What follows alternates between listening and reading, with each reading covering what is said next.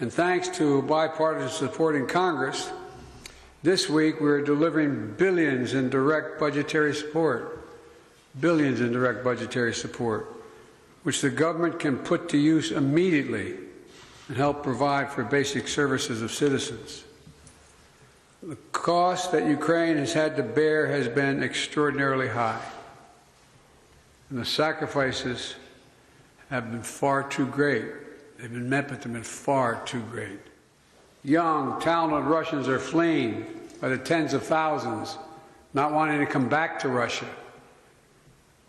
Not just fleeing from the military, fleeing from Russia itself, because they see no future in their country. Russia's economy is now a backwater, isolated and struggling. Putin thought Ukraine was weak and the West was divided. As you know, Mr. President, I said to you in the beginning, he's counting on us not sticking together. He was counting on the inability to keep NATO united. He was counting on us not to be able to bring in others on the side of Ukraine. He thought he could outlast us. I don't think he's thinking that right now. God knows what he's thinking, but I don't think he's thinking that. But he's just been plain wrong. Plain wrong.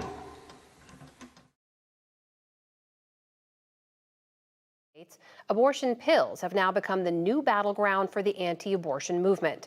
In a story co-produced with the PBS NewsHour, Kaiser Health News correspondent Sarah Varney reports on a new lawsuit brought by a conservative Christian anti-abortion group that could end access to the medication nationwide.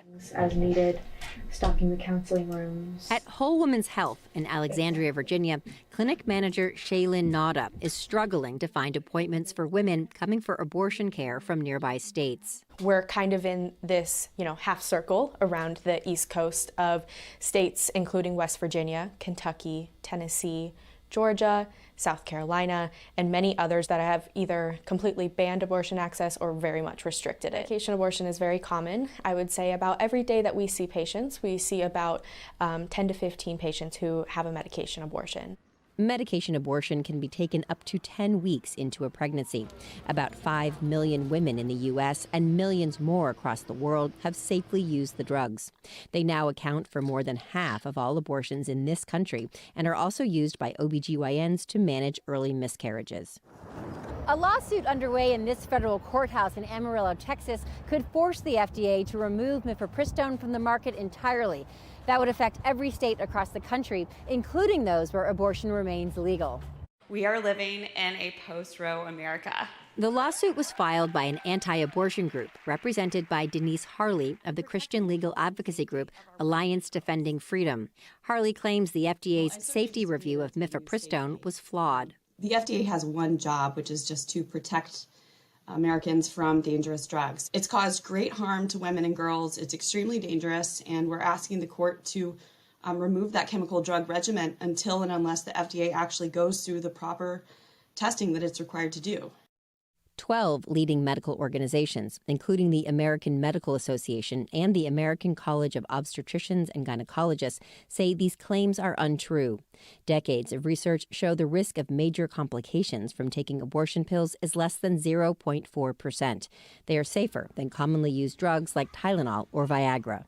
While taking the two pills together is 99.6% effective in terminating early pregnancy, misoprostol alone, although still extremely safe, is about 80% effective. There's more cramping, there's more bleeding, there's some nausea, there's diarrhea, and that matters, right? That matters to pregnant people. People should have access to the highest level of medical care and should be able to have the best research and the best science. First, help us understand why this Wisconsin Supreme Court race is so critical. Why does it matter on a national level?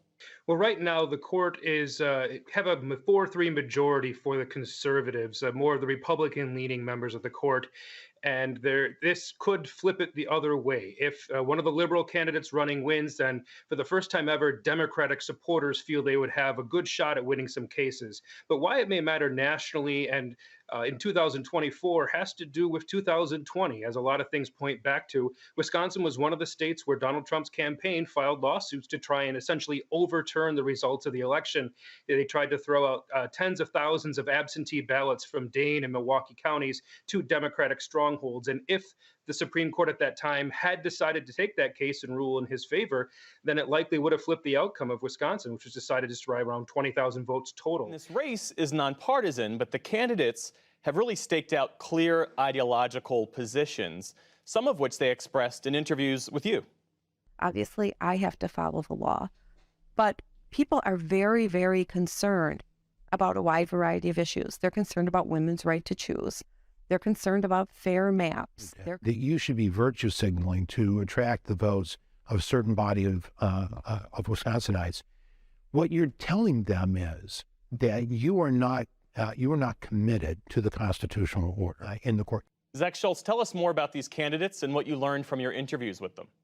Well, there are two liberal-aligned candidates and two conservative-aligned candidates in this race. And 15 years ago, they were a little more cautious in running for the court about being public about where they would stand. And now we're pretty much nonpartisan in name only. The parties are heavily involved in these races. Zach, is there a sense of who is leading this race?